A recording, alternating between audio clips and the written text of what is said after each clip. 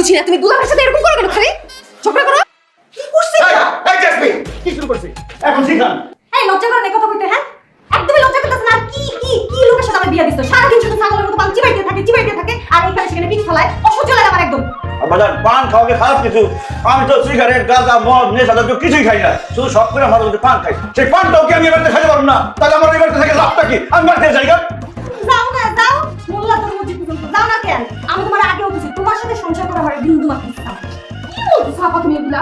এইভাবে দুলাভাইকে বলছো তার একটা মান সম্মান আছে না? আর দুলাভাই আপনি পান খাওয়া বন্ধ করবেন, জীবনে আর খাবেন না। ঠিক আছে সারা জীবনে আমি আর পান খাবো না দরকার হলে কিন্তু সে কি আমার মান সম্মানের কথা চিন্তা করে পারে না সে আমার জুতা দিয়ে বাইরায় আব্বা আপনার সামনে আপনার মেয়ে আমার ঘর জামাই বলে ফোটা দিল আপনি কিছুই বলেন না আমি যদি সত্যি সত্যি ঘর জামাই না থাকতাম আর লাঠি মেরে ওর বাবার নাম বলে কি করে তুমি জামাই এইটা তো খুব খারাপ কথা কইলা বাপের পটে তুই